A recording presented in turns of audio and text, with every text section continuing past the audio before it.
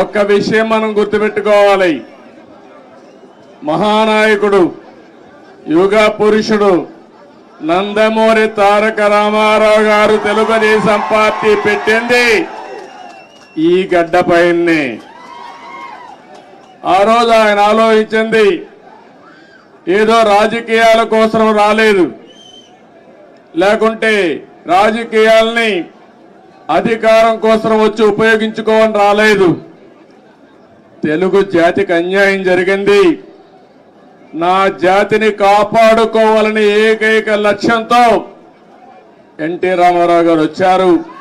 Party పెట్టిన విధానం కూడా మీరు చూశారు. ఎమ్మెల్యే క్వార్టర్లో ఆ రోజు ఏ విధంగా అయితే 10 మందిని కలవడానికి వచ్చాడు, వస్తే పెద్ద ఎత్తున ప్రజలు వస్తే అప్పటికప్పుడే తెలుగుదేశం పార్టీని నామకరణం చేసి అనౌన్స్ చేశాడు. ఈ రోజు కూడా నేను చూస్తున్నా మిమ్మల్ని చూస్తా ఉంటే మళ్ళీ తెలంగాణ గడ్డ పైన తెలుగుదేశం పార్టీకి పూర్వ వైభవం వస్తుంది. అది స్పష్టంగా కనపడుస్తామని మీ ఉత్సాహం చూస్తా ఉంటే. ఒక్క విషయం మనందరం కూడా గుర్తుపెట్టుకోవాలి. ఈరోజు 2 రాష్ట్రాలు విభజన జరిగినప్పుడు కూడా నేను ఒకటే ఆలోచించాను. నాకు ఇటు తెలంగాణ అటు ఆంధ్రప్రదేశ్ 2 కళ్ళు లాంటివి. అందుకే ఆ రోజు ఒకే మాట చెప్పాను, నేను ఏ పక్క కూడా సైడ్స్ తీసుకోకుండా 2 ప్రాంతాల ప్రయోజనాల లక్ష్యంగా పనిచేసిన ఏకైక పార్టీ తెలుగుదేశం పార్టీ. తెలుగు జాతి ఐకమత్యంగా ఉండాలని ఆ రోజు ఆలోచించా, ఈ రోజు ఆలోచిస్తున్నా. నా చివరి రక్తపు బొట్టున్నంత వరకు అదే ఆలోచిస్తాను. ఇంకో పక్కన మీరు ఒక విషయం గుర్తుపెట్టుకోవాలి. తెలుగు జాతికి ఒక గౌరవం తెచ్చిన వ్యక్తి ఎన్టీ రామారావు గారు. అంత మునుపు తెలుగు వాళ్ళందరినీ మదరాసి అని పిలుస్తా ఉంటే, కాదు తెలుగు జాతి ఒకటి ఉందని ప్రపంచానికి చాటి చెప్పిన ఏకైక నాయకుడు నందమూరి తారక రామారావు గారు. తెలుగు వారికి ఆత్మ గౌరవాన్ని తెచ్చిన నాయకుడు ఎన్టీ రామారావు. అనేక సమస్యలు తీసుకొచ్చాడు, 1-2 కాదు. ఒకప్పుడు తెలంగాణలో అయితే కరణం మున్సబులు పటేల్ పట్వారి విధానం భయంకరంగా ఉంటే రద్దు చేసిన తర్వాత ఈ ప్రాంత ప్రజానీకం మాకు స్వాతంత్రం వచ్చిందని పండగ చేసుకున్న సందర్భం అది. ఈరోజు తెలుగు రాష్ట్రాల్లో బ్రహ్మాండంగా వెనుకబడిన వర్గాలు ముందుకు వచ్చారంటే అది ఎన్టీ రామారావు గారు చూపించిన చొరవ, ఆయన తీసుకున్న చర్యలేనని చెప్పి నేను మీకు తెలియజేస్తున్నా. అనేక పరిపాలనా సంస్కరణలు తీసుకొచ్చారు. మొట్టమొదటిసారిగా దేశంలోనే సంక్షేమానికి నాంది పలికిన ఏకైక నాయకుడు నందమూరి తారక రామారావు గారు అని చెప్పి కూడా నేను మీకు తెలియజేస్తున్నా. ఆ తర్వాత ఈరోజు మనం పార్టీలో చూస్తా ఉంటే ఎక్కడ చూసినా 20 ఏళ్ళయింది అధికారం పోయి 2004, ఈరోజు 2024. అధికారం పోయిందే గాని మీలో పట్టుదల తగ్గలేదని చెప్పి నేను మీకు తెలియజేస్తున్నా. రోజు రోజుకు అభిమానం పెరుగుతా ఉంది. కొంతమంది నాయకులు పోయారు కానీ కార్యకర్తలు మాత్రం పోలేదు.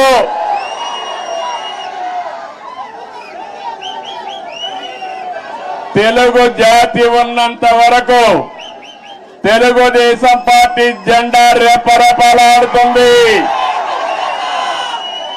ఇది ఎవ్వరు కూడా తుడిచి పెట్టలేరు. ఏ విధంగా అయితే నందమూరి తారక రామారావు గారు తెలుగు జాతి ఉన్నంత వరకు తెలుగు వారి గుండెల్లో ఉంటారో, అదే విధంగా తెలుగు జాతి ఉన్నంత వరకు పసుపు జెండా ఎగరతానే ఉంటుంది.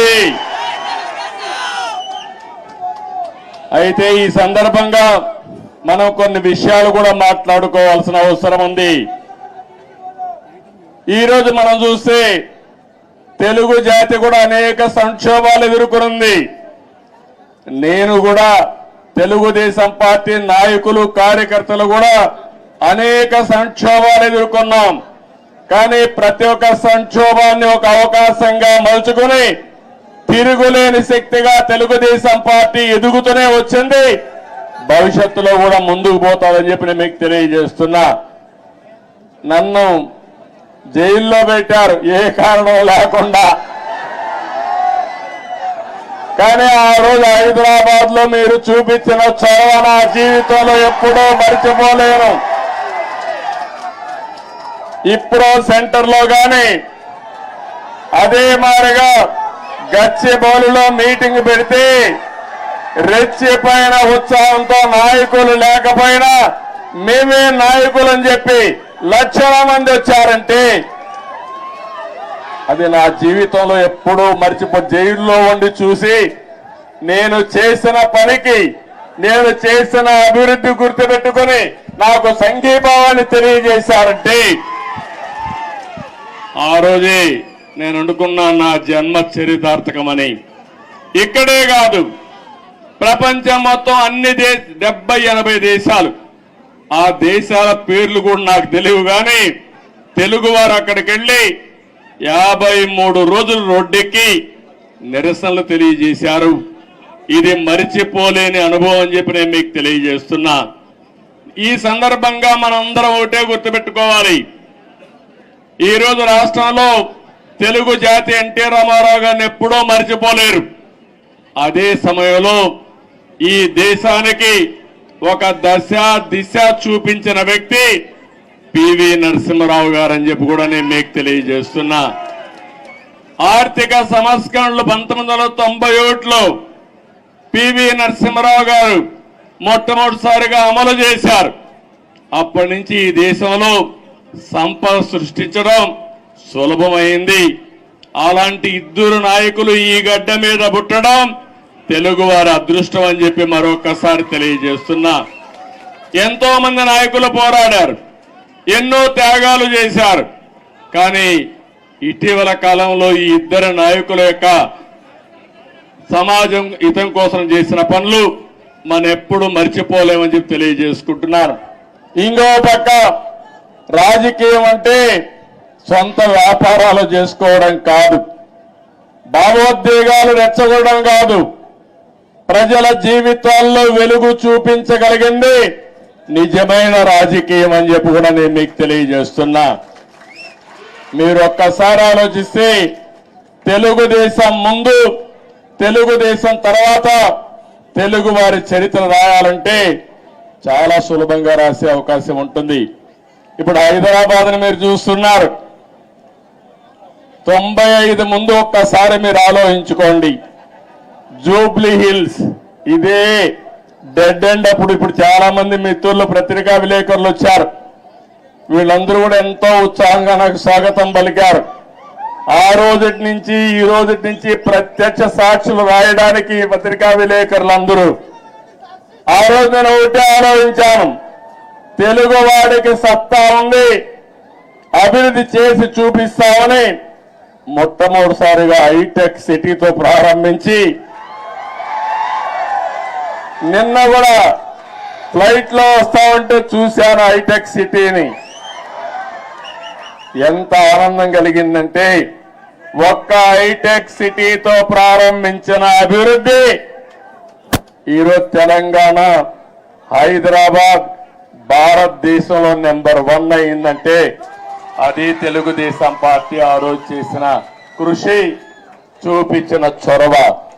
ఏ రాజకీయ నాయకుడికైనా ఏ పార్టీకైనా దీనికంటే కూడా ఏ తృప్తి ఉండదని చెప్పి నేను మీకు తెలియజేస్తున్నా. ఆ రోజు చాలా మంది అన్నారు ఔటర్ రింగ్ రోడ్డు 8 లేనేస్తానన్నాను. ఇప్పుడు మీరందరూ కూడా మర్చిపోవచ్చు, కొంతమంది గుర్తుండకపోవచ్చు. కానీ నా మనస్సాక్షిగా ఆలోచించినప్పుడు నేను చేసిన పని నా మనసుకు ఆహ్లాదం ఇస్తుంది, ఆనందాన్ని ఇస్తుంది, తృప్తిని ఇస్తుంది అని చెప్పి కూడా నేను మీకు తెలియజేస్తున్నా. ఒక ఎయిర్పోర్ట్ కానీ ఇవన్నీ కూడా ఆ రోజు దూరదృష్టితో ఆలోచించి మనం చేశాం. నాలెడ్జ్ ఎకానమీకి నాంది పలికాం. చాలా మంది నాలెడ్జ్ ఎకానమీ అంటే ఎక్కడన్నారు? దానికి చిరునామాగా హైదరాబాద్ తయారు చేసిన ఘనత, ప్రారంభించిన ఘనత తెలుగుదేశం పార్టీది. అదే సమయంలో ఆ తర్వాత వచ్చిన అన్ని రాజకీయ పార్టీలను అభినందిస్తున్నా. కాంగ్రెస్ పార్టీని ఆ తర్వాత 10 ఏళ్లున్నారు, 3 ముఖ్యమంత్రులు వచ్చారు, ఎవరు కూడా చెడగొట్టల. తర్వాత టీఆర్ఎస్ వచ్చింది, 10 ఏళ్లున్నారు, వాళ్ళు కూడా చెడగొట్టల. ఇప్పుడు మళ్ళా కాంగ్రెస్ వచ్చింది, రేవంత్ రెడ్డి గారు ముఖ్యమంత్రి అయ్యారు, మళ్ళా అభివృద్ధిని ముందుకు తీసుకుపోతున్నారు. అందుకే నిన్న కూడా నేను ముఖ్యమంత్రి అవుతానే నేనే లెటర్ రాశాను రేవంత్ రెడ్డి గారికి, గౌరవ ముఖ్యమంత్రి గారికి. 2 రాష్ట్రాల మధ్య కొన్ని సమస్యలు ఉన్నాయి, ఈ సమస్యల్ని పరిష్కారం చేద్దాం, నేను వచ్చి మిమ్మల్ని కలుస్తానని నేనే చొరవ తీసుకున్నాను. దానికి తెలంగాణ ముఖ్యమంత్రి సానుకూలంగా స్పందించారు. అందుకు ఈ సభ ద్వారా కూడా మనస్ఫూర్తిగా ధన్యవాదాలు తెలియజేస్తున్నాను.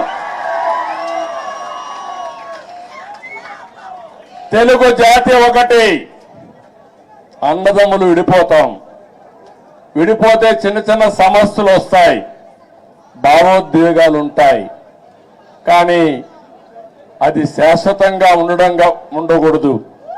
ఎప్పుడైనా అన్నదమ్ములు విడిపోయినా బయట వాళ్ళు మన మీదకి వస్తే మన ఇద్దరం ఒకటేనని చెప్పి నిరూపిస్తామనా కాదా అని మిమ్మల్ని అడుగుతున్నా.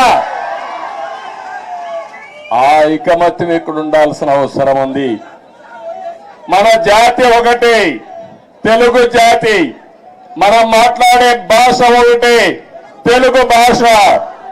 భాషను కాపాడుకోవాలి, జాతి ప్రయోజనాలు పరిరక్షించుకోవాలి, 2 రాష్ట్రాలు కూడా బాగుపడాలి, ముందుకెళ్ళాలి. అదే తెలుగుదేశం పార్టీ ధ్యేయం కూడా అవునా కాదా మీరే ఆలోచించుకోవాల్సిన అవసరం ఉంది. ఇంకొక పక్కన మీరు ఒకసారి చూస్తే 2 రాష్ట్రాలు విడిపోయిన తర్వాత, అన్నాదమ్ములు విడిపోయిన తర్వాత ఎవరి కుంపటి వాళ్ళదే.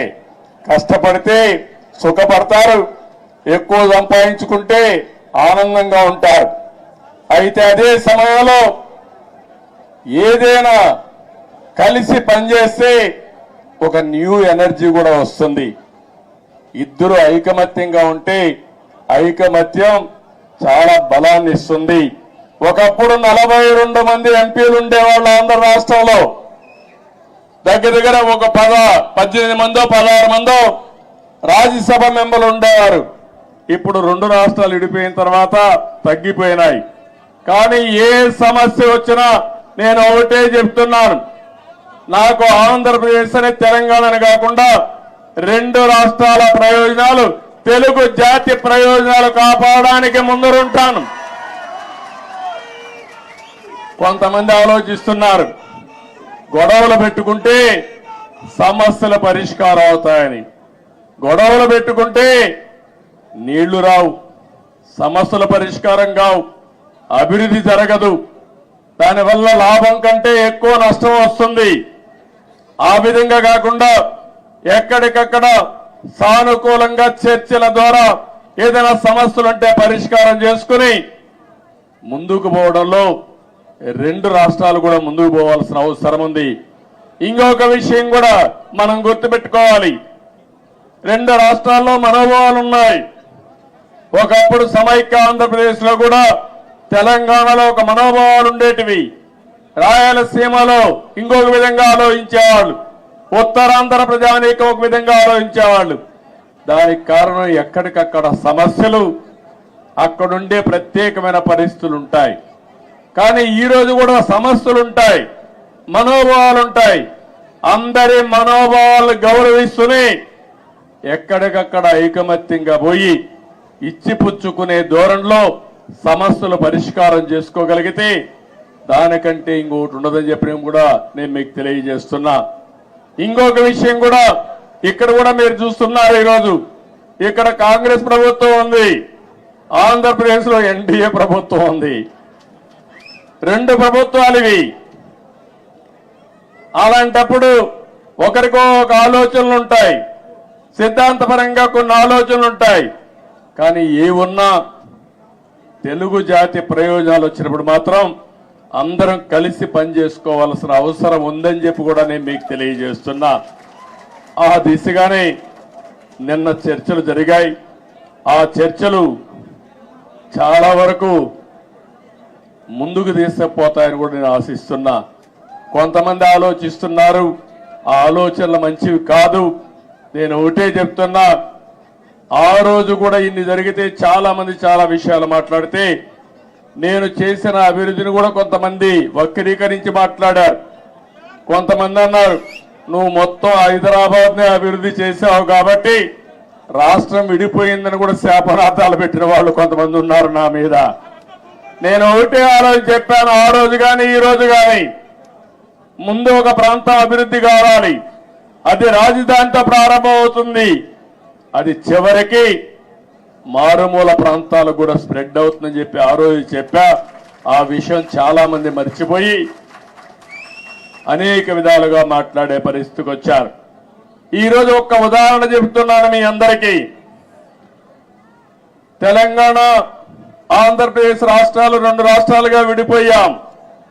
విడిపోయిన తర్వాత 10 సంవత్సరాల సుదీర్ఘ పరిపాలన రెండు రాష్ట్రాల్లో జరిగింది. అనేక రాజకీయ మార్పులు చేర్పులు కూడా వచ్చాయి. మీరు చూస్తే నేను ముఖ్యమంత్రి అయినప్పుడు మొట్టమొదటిసారిగా 2014లో రాష్ట్రం విడిపోయినప్పుడు తెలంగాణ ఆంధ్రప్రదేశ్ తలసరి ఆదాయం 35% వ్యత్యాసం. అంటే తెలంగాణ 35% తలసరి ఆదాయం ఎక్కువ ఉంది. దానికి కారణం హైదరాబాద్ నగరం. అయితే నేను బాగా కష్టపడి 2019 నుంచి 24 వరకు కష్టపడితే 14 నుంచి 19 వరకు కష్టపడితే ఆ వ్యత్యాసాన్ని 27.5%కి తగ్గించాను. అంటే 35 నుంచి 27.5 అంటే 7.5%కి తగ్గింది.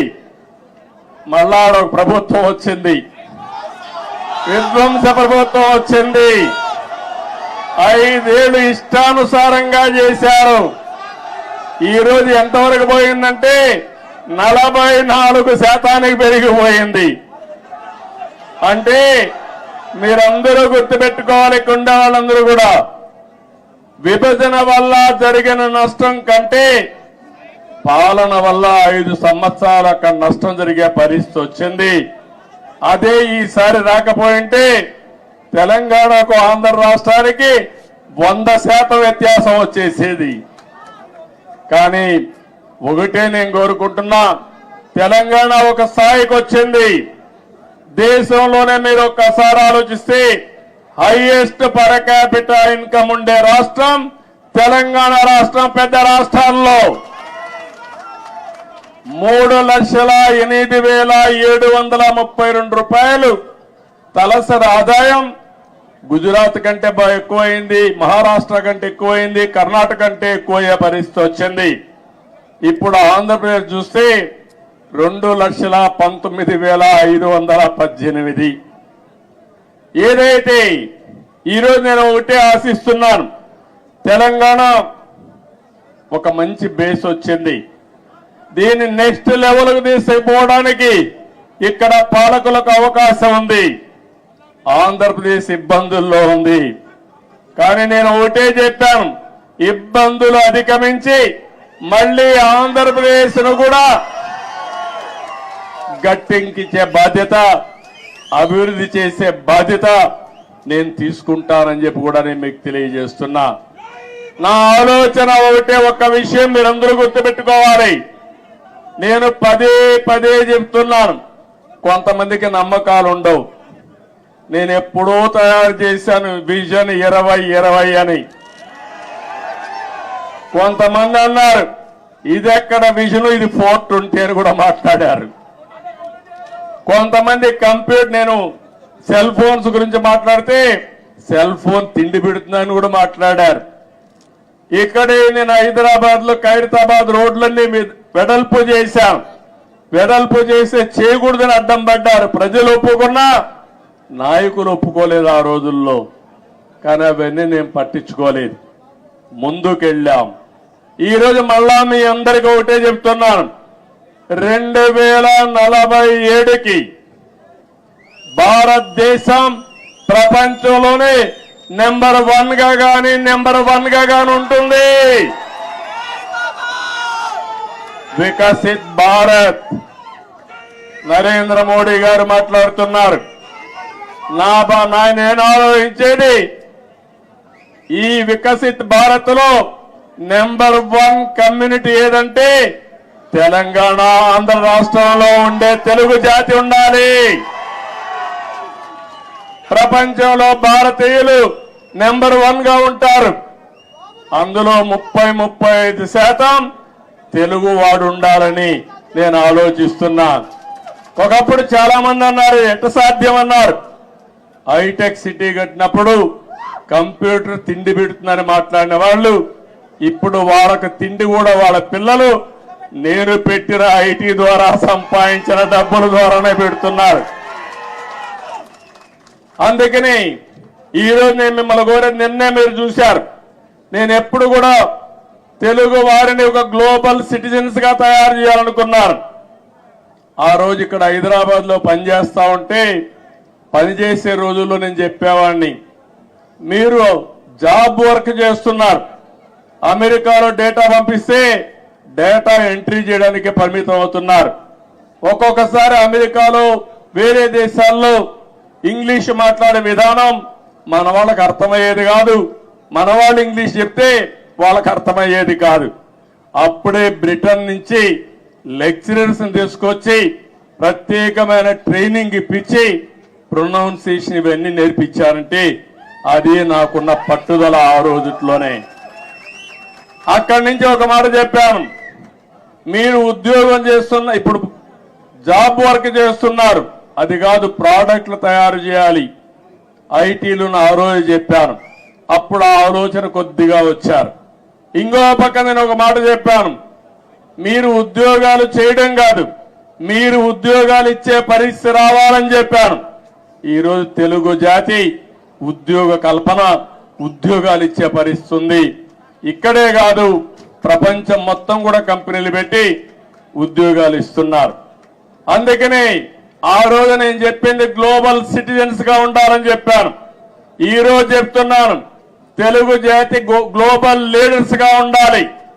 అన్ని రంగాల్లో మీరు నెంబర్ 1 గా ఉండాలి.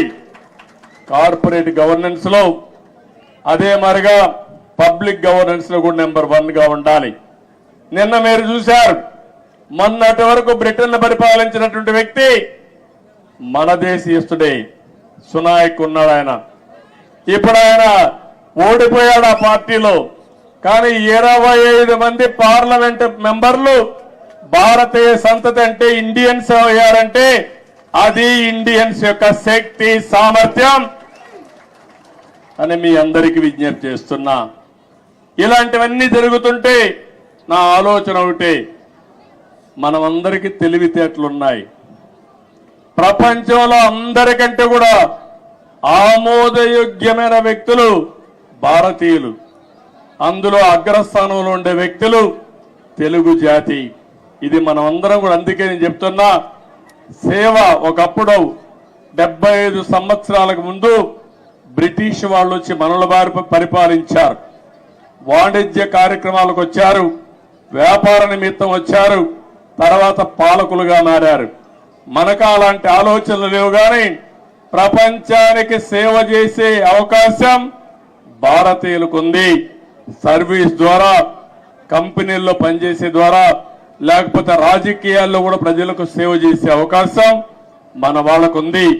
దానికి కారణం ఎక్కువ యంగ్స్టర్స్ ఉన్నారు, టెక్నాలజీ బాగా నేర్చుకున్నారు, మంచి నాయకత్వాన్ని ఇస్తున్నారు. ఇవన్నీ కూడా ప్రోత్సహించి 2047కి ప్రపంచంలో 30% అగ్రస్థానంలో తెలుగు జాతి ఉండాలి. దానికోసం నేను పనిచేస్తా. నాకు తెలంగాణ అని, ఆంధ్ర అని కాదు, తెలుగు వారి అభివృద్ధి కోసం నిరంతరం పనిచేస్తారని మరొక్కసారి మీ అందరికీ తెలియజేస్తున్నా. నాకు ఈ జాతి అన్నీ ఇచ్చింది. ఏ నాయకుడికి ఇవ్వని గౌరవం నాకు ఇచ్చింది. 9.5 సంవత్సరాలు ముఖ్యమంత్రి. ఈ యొక్క స్వాతంత్రం వచ్చిన తర్వాత, రాష్ట్రం ఏర్పడిన తర్వాత సమైక్య ఆంధ్రప్రదేశ్లో కూడా 9.5 సంవత్సరాలు ఎవరూ లేరు. 10 సంవత్సరాల అపోజిషన్ లీడర్ని. నా రికార్డు ఇంకెవరూ బ్రేక్ చేయడానికి కూడా అవకాశం లేదు. ఇది 2 రాష్ట్రాలుగా విడిపోయింది కాబట్టి. అలాంటప్పుడు ఒకటే నేను ఆలోచిస్తున్నా, మళ్ళీ నాకు పునర్జన్మ అంటూ ఉంటే తెలుగు గడ్డపైనే పుట్టాలని భగవంతుని మనస్ఫూర్తిగా కోరుకుంటున్నా. అందుకని నిన్ననే మనం ప్రారంభించాం. ఆ ప్రారంభం రాబోయే రోజుల్లో అధికార కమిటీలు వేసుకున్నాం. అదే మరి 2 రాష్ట్రాల సమస్యల్ని సామరస్యంగా చర్చల ద్వారా పరిష్కారం చేయాలని ముందుకెళ్ళాం. ఇంకా రాబోయే రోజుల్లో అవన్నీ ఒక దారికి తీసుకుపోయి రాజకీయాలు ఎన్నైనా ఉండొచ్చు, కానీ ఆ రాజకీయాలు జాతి ప్రయోజనాలే ముఖ్యంగా మనం పనిచేస్తే ఏ సమస్య ఉండదని చెప్పి కూడా నేను మీకు తెలియజేస్తున్నా. ఈరోజు మీరు ఒక్కసారి చూస్తే నేను తిరగని ప్రాంతం లేదు తెలుగు నేల పైన. ఆదిలాబాద్ మొదలుకొని శ్రీకాకుళం వరకు తెలియని గ్రామం లేదు, తెలియని ప్రజానీకం లేదు. అలాంటి ప్రజలందరినీ చూశాను. ఇప్పుడు కూడా అదే అనిపిస్తుంది నాకు. ఇక్కడికి వచ్చినప్పుడు మీ యొక్క ఎనర్జీ చూసిన తర్వాత, మీ ఉత్సాహం చూసిన తర్వాత, దీనికంటే ఏ నాయకుడైనా ఏమైనా కోరుకుంటామని అడుగుతున్నా. మీరు నాకు అధికారాన్ని ఇచ్చారు. తిరిగి నేను సేవాభావంతో అనేక కార్యక్రమాలు చేశా. అది నా జీవితంలో దానికంటే ఇంకేం కోరుకునేది లేదు. కానీ నేను ఒకటే చెప్తాను, నా జీవితం ఉన్నంత వరకు, చివరి రక్తపు బొట్టు ఉన్నంత వరకు ప్రజలకు ఏం చేయాలో అవన్నీ చేస్తానే ఉంటాను. ఇప్పుడు నేను ఆలోచించే విధానం మీరు చూస్తే రాబోయే 30 ఏళ్లలో ఏం జరుగుతుందో ఇప్పుడే ఊహించి దానికి ఒక విజన్ తయారు చేసుకుని ముందుకు పోవాలనేది నా మనస్తత్వం. అందుకే ఈ సందర్భంగా నేను మిమ్మల్ని అందరినీ ఒకటే కోరుతున్నా. మీ తెలంగాణలో మా తమ్ముడు ఇప్పుడే చెప్తున్నాడు, మొన్న ఆంధ్రప్రదేశ్లో ఎన్నికలు వచ్చాయి. ఎన్నికలు వస్తే నేను వినూత్నంగా ఆలోచించాను. ఈసారి అందరినీ సీనియర్స్నే కాకుండా యంగ్స్టర్స్ తీసుకొచ్చాను. రీస్ట్రక్చరింగ్ ప్రారంభించాను. యువకుల్ని, ఉత్సాహవంతుల్ని, చదువుకున్న వాళ్ళని సామాజిక న్యాయమే ధ్యేయంగా పెట్టుకుని అందరినీ మంచి వ్యక్తులు తీసుకొచ్చాను. ఆ యొక్క ఇది మీరు చూస్తే బ్రహ్మాండంగా ప్రజలు కూడా బ్రహ్మరథం పట్టారు. తెలుగుదేశం చరిత్రలో ఇంత పెద్ద విజయాన్ని నేను ఎప్పుడూ చూడలేదు.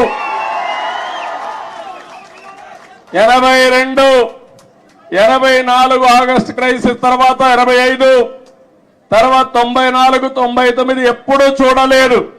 ఒక సునామీ వచ్చింది. ఆ సునామీకి ఎక్కడికక్కడ అందరూ కూడా కొట్టుకుపోయే పరిస్థితికి వచ్చారు. అది చూసిన తర్వాత మా తమ్ముడు అంటున్నాడు, అంటే ప్రజాస్వామ్యంలో మీరు ఒక్క విషయం గుర్తుపెట్టుకోవాలి, రాజులు లేరు, నియంతలు లేరు. ఎవరైనా విర్ర వీగితే ఎక్కడికి పంపించాలో మీరే పంపిస్తారు.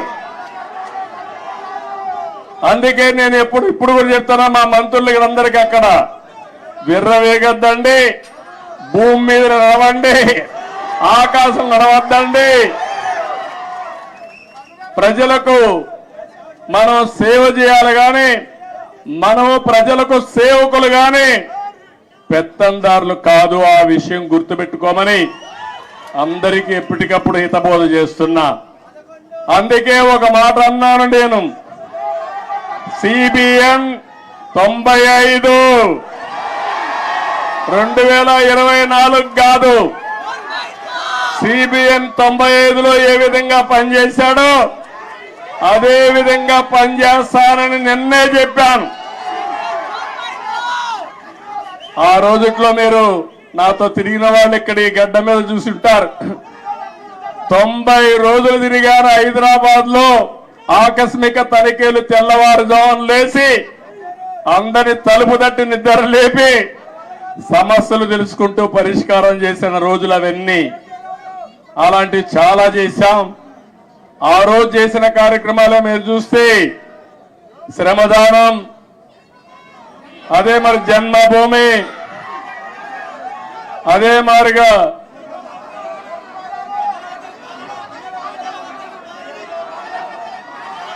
ఒకటి రెండు కాదు, నేను చేసిన ప్రోగ్రాలు మీరే ఎక్కువగా మాట్లాడుతున్నారు. ఆ రోజు పరిపాలన ఒక ఉద్యమ స్ఫూర్తితో తీసుకుపోయినా అవునా కాదా అని అడుగుతున్నా. కొత్త కొత్త ఆలోచనలు చేశాం. ఆ ఆలోచనల్ని ఎక్కడికక్కడ అమలు చేశాం. నన్ను అడిగారు, నేను సైబరాబాద్ అంటే కొంతమంది నన్ను ఎగతాళి చేశారు, ఏంటిది కొత్త విషయం మాట్లాడుతున్నామని. ఆ రోజు సికింద్రాబాద్, హైదరాబాద్ ఉంది. నేను ఆలోచించాను ఏ పేరు బాగుంటుందని. సరైన నేమో ఇన్ఫర్మేషన్ టెక్నాలజీ వచ్చింది, సైబరాబాద్ అని పేరు పెడదామని పెట్టి కడాన అమెరికా అధ్యక్షుడు బిల్ క్లింటన్ పిలిపించినప్పుడు నామకరణం చేశాం. మన టెక్నాలజీ ఆయన చూసి ఆ రోజుల్లోనే ఆశ్చర్యపోయాడు. ఒక హైదరాబాద్ లో టెక్నాలజీ ఇంత అడాప్ట్ చేసుకున్నారని. అది నా స్వార్థం కోసమో కొంతమంది స్వార్థం కోసం కాదు, జాతి ప్రయోజనాల కోసం మనం చేయడం జరిగింది. ఇక్కడుండే నాయకులందరికీ మీ అందరికీ ఒకటే చెప్తున్నాను, 20 ఏళ్లుగా అపోజిషన్ లో ఉన్నాం. తెలంగాణలో కూడా తెలుగుదేశం పార్టీ ఉండాలనా లేదా అని మిమ్మల్ని అడుగుతున్నా.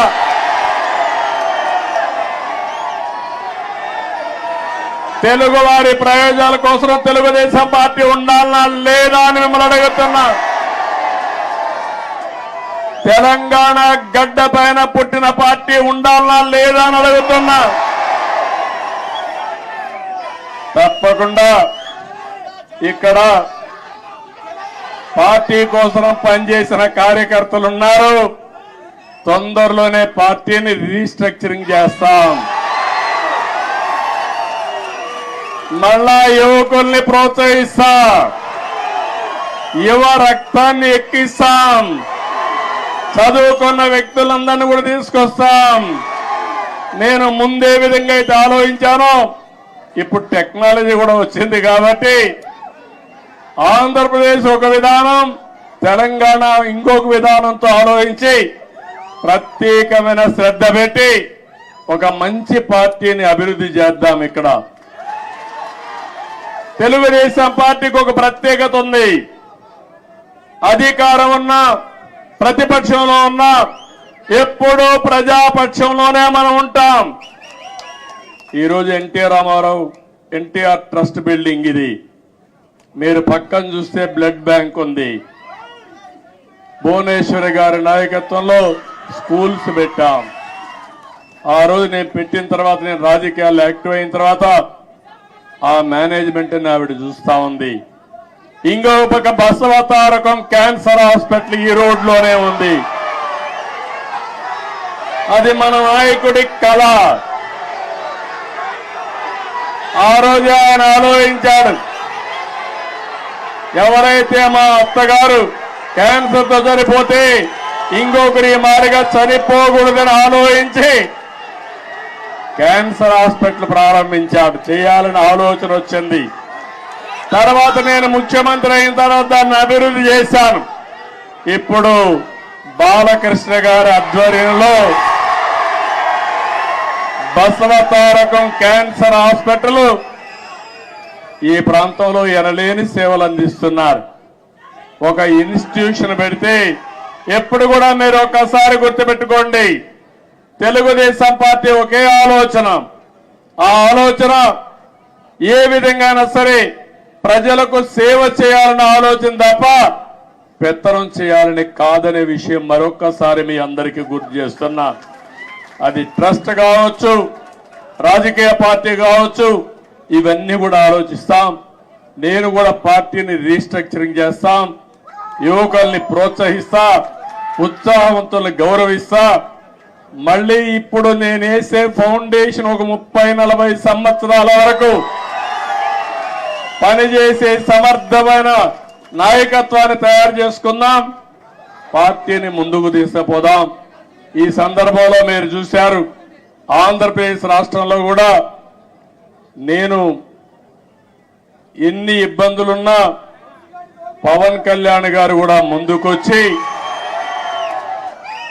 ప్రభుత్వం వ్యతిరేక ఓటు చీలకూడదు, అందరం కలిసి ఒకటిగా ఉందామని నాంది పలికి నేను జైల్లో ఉన్నప్పుడు బేషరత్తుగా వచ్చి తెలుగుదేశం పార్టీతో పొత్తు పెట్టుకుంటామని చెప్పి పొత్తు పెట్టుకున్న వ్యక్తి పవన్ కళ్యాణ్ గారు అని చెప్పి కూడా నేను మీకు తెలియజేస్తున్నా. ఆ తర్వాత బీజేపీ కూడా ముందుకొచ్చి ముగ్గురం కలవాలి, ఆ రాష్ట్రాన్ని పునర్నిర్మాణం చేయాలని చెప్పి ఆలోచించాం. ఇవన్నీ కలయికలు బాగా పనిచేశాయి. అన్నింటికంటే యువగళం బాగా క్లిక్ అయింది. నిజం గెలవాలి కూడా బాగా మహిళల్లోకి వెళ్ళింది. ఒకటి కాదు, అన్ని కార్యక్రమాలు కూడా 1 by 1 బ్రహ్మాండంగా పనిచేశాయి. కడాల నేను ఒక మాట చెప్పాలి, తెలంగాణ నుంచి ఎన్నికల ముందు రోజైతే 60-70 ట్రైన్లు వచ్చాయి. మామూలు కాదు, ఒక్కొక్క ట్రైన్ ఫుల్గా వచ్చారు. ఏసీ ట్రైన్లో పట్టరాని విధంగా మనుషులందరి దగ్గర ఒకసారి ఏసీ గాని ఆఫ్ అయిపోతే సఫకేషన్ వస్తే ఏమవుతుందో తెలియదు. అది కూడా పట్టించుకోకుండా ఎట్టి పరిస్థితుల్లో మేము ఓటు వేయాలని ఊరు ఊరు కదిలొచ్చారు. కొంతమంది ఇక్కడ ఈ ప్రాంతం నుంచి పేదవాళ్ళు, చిన్న చిన్న పనులు చేసుకునేవాళ్ళు, వంట తయారు చేసుకుని క్యారియర్ పట్టుకొని వచ్చి ఓటేసి మళ్ళా తిరిగి వచ్చారంటే ఏ విధంగా వాళ్ళు రుణం తీర్చుకోవాలో నాకైతే అర్థం కావడం లేదు. చాలా మంది ఎన్ఆర్ఐలు అమెరికా నుంచి, ఆస్ట్రేలియా నుంచి, ఆఫ్రికా నుంచి, వివిధ దేశాల నుంచి లక్షల రూపాయలు ఖర్చు పెట్టుకుని ఒక ఓటేసిపోయారంటే, కొన్ని నెలలు ఇక్కడే ఉండి గ్రామాల్లో తిరిగి పనిచేశారంటే వాళ్ళందరి రుణం తీర్చుకోవాల్సిన అవసరం ఉంది. అందరి కలయిక, అందరూ కలిసి పనిచేయడమే. మొన్న రాష్ట్ర ఎన్నికల్లో ఒక సునామీ వచ్చింది. ఈ సునామీ మా తమ్ముళ్ళు చెప్పినట్టు సైకోనే కాదు, అక్కడ భూతం ఉంది. నేను ఎవరిని రమ్మని అడిగితే వాళ్ళు అంటున్నారు, మీరు బాగానే ఉంది, మీ మీద మాకు నమ్మకం ఉంది, మీకు ట్రాక్ రికార్డు ఉంది, కానీ మీ రాష్ట్రంలో ఒక భూతం ఉంది. ఒకవేళ వస్తే మళ్ళీ మీ ప్రజలు ఎప్పుడైనా ఆలోచిస్తే మళ్ళా ఆ భూతం ముందుకు వస్తే మేమేమవుతామని అడిగే పరిస్థితికి వస్తున్నారు. నేను చెప్పాను, ఆ భూతాన్ని పూర్తిగా భూస్థాపితం చేసే బాధ్యత తీసుకుంటాం. రాష్ట్ర ప్రయోజనాలే ధ్యేయంగా పనిచేస్తాం. ఆ రాష్ట్రంలో మీరు చూస్తే రాజకీయాల్లో అర్హత లేని వ్యక్తులు రాజకీయాల్లోకి వస్తే ఏం జరుగుతుందో దానికి నిదర్శనం మొన్న 5 సంవత్సరాలు. ఇప్పుడు నేను నిరూపించాల్సింది, రాజకీయాల్లో ఎలాంటి వ్యక్తులు మంచి వాళ్ళు ఉంటే ఏం జరుగుతుందో అది నిరూపించే సమయం వచ్చిందని చెప్పి కూడా నేను మీకు తెలియజేస్తున్నా. ఎక్స్పెక్టేషన్స్ ఎక్కువగా ఉన్నాయి. ఆకాశంలో చాలా మంది ఈ రోజే అయిపోవాలని కూడా ఆలోచిస్తున్నారు. కానీ అక్కడ ఖజానా చూస్తే ఖాళీ అయిపోయింది. పనిచేసే వ్యక్తులు కూడా లేరు. అన్ని సమస్యల సుడిగుండంలో ఉన్నాం. పర్వాలేదు, భగవంతుడు ఎప్పుడు నాకు ఒక ధైర్యాన్ని ఇస్తాడు. ఎప్పుడు కూడా సంక్షోభంలో అవకాశాలు వెతుక్కోవడం నా నైజం. తప్పకుండా మళ్ళా అలాంటి అవకాశాలు ఎదుర్కొని ఎక్కడికక్కడ ముందుకు పోతాం. 95లో అదే జరిగింది. హైదరాబాద్ లో కూడా ఆ రోజు జీతాలు ఇవ్వలేకపోయా. 2004 కంత బెస్ట్ ఎకానమీగా తయారు చేశాం. కష్టాలు తెలిసిన పార్టీ తెలుగుదేశం పార్టీ, ప్రజల ఇబ్బందులు తెలిసిన పార్టీ తెలుగుదేశం పార్టీ.